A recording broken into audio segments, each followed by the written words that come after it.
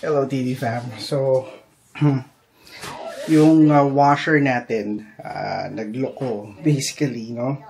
So, kanina, nung ginagamit siya, nagkaroon ng error, I think, A0 or E0. Something that, effect, no? In terms of sa code. So, yung washer natin is an LG front load inverter.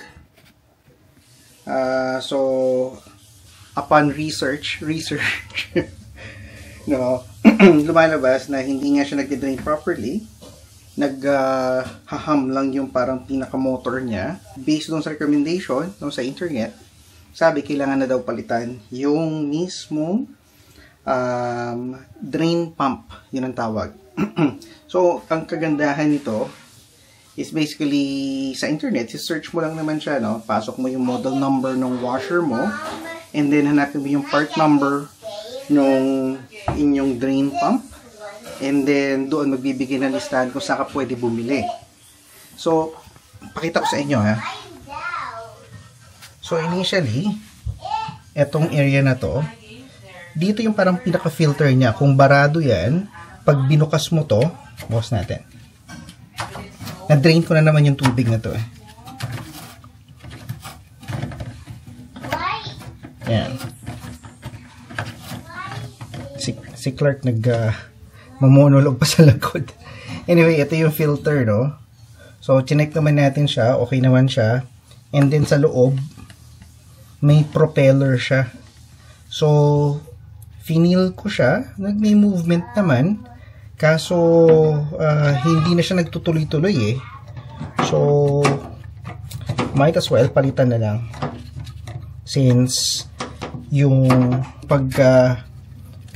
check mo ng mismong pump, kailangan mo rin talaga kasing buksan yung parang pinaka-unit. Pero first and foremost, kailangan mo muna i-drain yung tubig. So, ito yung drain hose. Yan. I-drain mo muna lahat ng tubig bago mo siya actually buksan. So, kanina, medyo madaming tatapon ng tubig yung ginawa natin. Hi, guys. Easy choice. Pero good thing na rin na siguro nangyari to. No, bago pa kami lumipat. Kasi kung mayroong mga nagrerenta dito at nangyari to, malaking abala yon. And for sure, tatawag pa ako ng technician para mag-ayos nung machine natin. Ay! Mami, nandito pa ako. Dumaan ka pang ganun eh. Para tapos nalalaw kasi parang sa kwarto ka na. Pinapayan ako ng ilan. Anyway. Yun. So, pakita ko lang sa inyo yung ginawa natin. So, kita nyo, stock unit siya, diba? So, buti na lang nga si Daddy tsaka si Cal.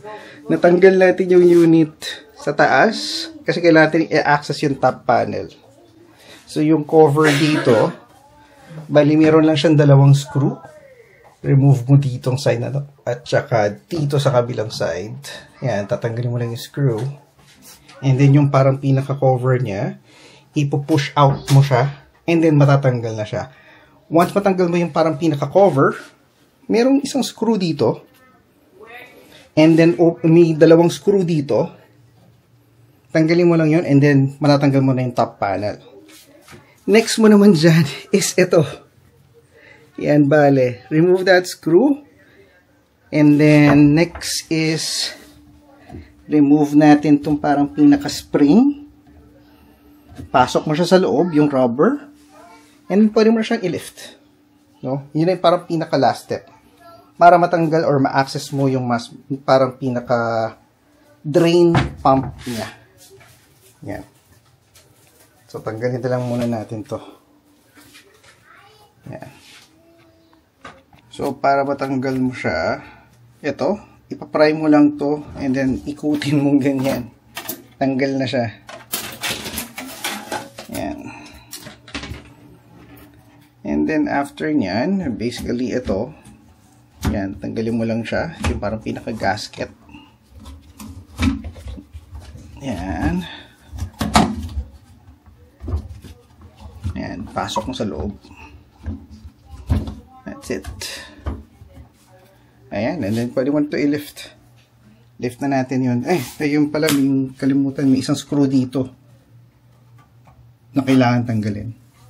So, natanggal na natin yung mukha niya, no? Ayan na, remove na natin.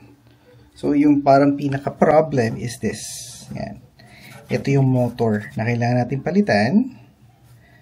Naka-order na nga pala tayo nung part. I think ang price lang niya is nasa $34 plus tax.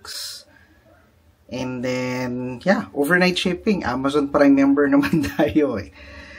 So, tomorrow, darating yon. Ang bala ko ngayon is, baklasin na siya.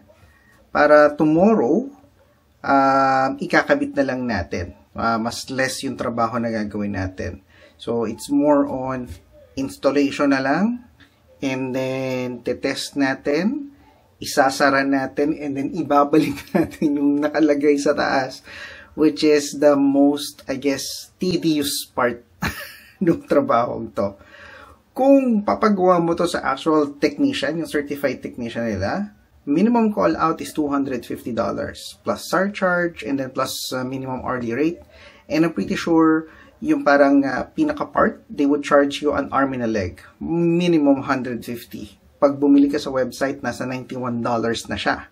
Wala pang shipping yun. It's just the product. So, pag dinala nila dito yun, malamang may plus pa silang kailangang i-charge sa'yo. So, good thing na nga lang din na medyo may kaalaman tayo sa ganito. And with research lang, no? YouTube, Google, kayang-kaya mo itong gawin. Lalo na kung handy ka naman in a way. So, tanggalin ko na muna itong parang pinaka-drain pump. And then, pakita ko sa inyo yung mechanism niya. And para malaman natin kung talaga ba may nag-stock up ba talaga? O wala? Baka talagang time ng palitan. Bad na lang talaga yung parang pinaka-motor niya. Hindi na lang talaga siya gumagana. Anyway, no? So, kanina nga, ito yung parang pinaka-part natin, no? I'm not so sure kung nakikita nyo. Ayan, no? Yung propeller niya nag-crack. So, it's really a good thing na pinaklas na natin. We ordered the part. Bukas siya darating, by the way. Kanina nga ini-expect ko or iniisip ko, what if kung bumili na lang tayo ng bagong washer? We would be spending, magkano ba bagong washer? 1,200 plus labor of installation, 150 plus shipping, $100. Kulang-kulang, buting ka ng 1,500 to do all of these things. Wala kang pagod. Pero, kung meron kang konting pagpupursige, no, at mag-i-invest ka ng pawis, at saka pagpupursige, research, kaya mo naman magawa ng paraan. Pero itong ginawa natin, no? Nabaklas natin siya sa tulong ng family natin. Buti nga, dito rin si Daddy, tumulong din siya. So, 4 kami, tinanggal namin yung dryer sa taas ng washer. And then, sa katagalan kasi nitong washer unit, yung parang pinaka-rubber feet niya, medyo dumikit doon sa parang pinaka-vinyl natin. So, nilagyan natin ng dishwashing liquid, naglagay din tayo ng konting oil, para mapadulas ng kaunti, no? And then finally, inumpisahan ko yung one corner, natanggal ko siya, and then nagsunod-sunod na. Ito, natanggal ko na siya. So, again, no, konting pagpapursige nga lang. Ito, no? Elbow grease nga ang tawag nila, no? Konting elbow grease. Nilinis ko na rin tong parang pinaka pump casing niya. Para na sa ganun, tuloy-tuloy ang ating pag-repair kinabukasan. So, sasalpak na lang natin itong parang pinaka-part. As you can see, ito yung parang part number niya, which is the exact same part na nakuha natin sa Amazon. Diba? So, $40 plus konting elbow grease, you repair the unit. No? Plus, kinabukasan ng pinaka, I guess, mahirap na part dito is putting everything back together. Not to mention, lifting that dryer on top of this unit kasi medyo maliit yung space natin. Very compact. So, kanina nga, as in, inakyat ko pa tong washer para lang ma-plug yung parang pinaka-dryer natin. So, I'm just thinking, paano ko kaya gagawin bukas yun? Easy to remove eh. Pero yung pagkabit, medyo parang magiging challenging ata.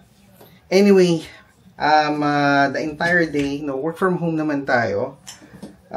So, pag-aaralan ko kung paano ba mapapadali yung pagbabalik natin nung gamit. And then hopefully, no, pag nakabit natin tong parang pinaka-motor niya, everything would be good. Back to normal. Back to doing our regular laundry sessions. So, tapusin ko na muna tong, end ko na muna tong vlog natin ngayong gabi. And then siguro kinabukasan, next clip natin is magtatrabaho na ako. By the end of the day, hopefully dumating na yung parts. And then, sa gabi, tsaka natin i-attack tong parang pinaka-unit natin at install na natin yung ating washer. Okay, TV fam. Dumating na yung part. Ito na. Of course, compared doon sa original, may konting discrepancy doon lang sa parang pinaka-guide. No? But all others, like the holes and everything, it lined up. No? At na-install ko na nga yung mismong parang pinaka-housing doon sa mismong propeller. Yung pump mismo. Ayan na siya bale. So, nabalik ko na yung hose. Nabalik ko na yung parang outlet niya. This is the one going to the washing machine. Ito yung housing. And then, ito yung parang pinaka-pump natin. Nabalik na natin siya. So, ang gagawin natin next is ilalagay natin yung parang pinaka-front housing. Connect natin yung door. Lagay natin tong pinaka-rubber gasket. And then, after nun, yung control. And then, yung top. Yun yung parang sequence ng pagkakabit natin or pagbabalik natin sa original state niya. So, crossing our fingers, no? After natin mabalik lahat, itetest natin. Hopefully, wala na maging problem. And then, yeah, we'll go from there. City of mine, how I love the city of mine. It never gets me down.